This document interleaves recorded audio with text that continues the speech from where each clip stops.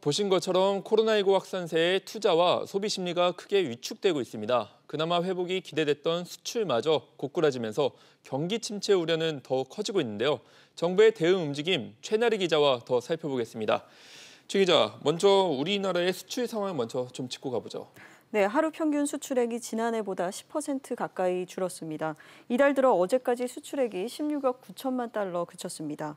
국가별로는 중국 마이너스 3.7%, 그리고 싱가포르 마이너스 26.7% 등 이들 나라에 대한 수출이 크게 감소했습니다. 코로나19 타격이 본격 반영되면 수출 타격은 더 클 것으로 보입니다.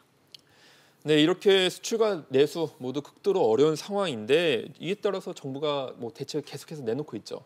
네, 정부는 어제 금융지원 확대하는 내용의 코로나19 수출 영향 최소화 방안을 내놨고요.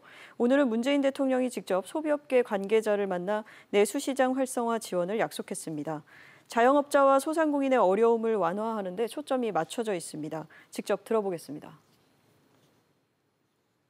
소상공인과 중소기업에 2조 원 규모의 신규 정책 자금을 공급할 것입니다.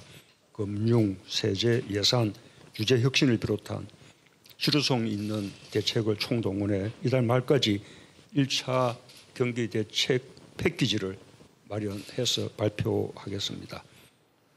네, 조치들은 여러 개 나왔는데 과연 경제 회복이 가능할까요? 더욱 적극적인 재정의 역할이 필요하다는 목소리가 높아지고 있습니다.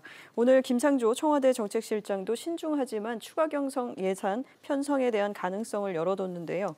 그만큼 경제 상황이 녹록지 않을 것으로 전망됩니다. 과거를 보면은 1분기 때 추경이 검토된 사례는 사실 IMF하고 글로벌 금융위기 때문에 그 사안이 검토된다는 말은 이런 위기에 대해서 좀 심각성을 좀 반증한다라는 의미로 볼 수 있는 거고요.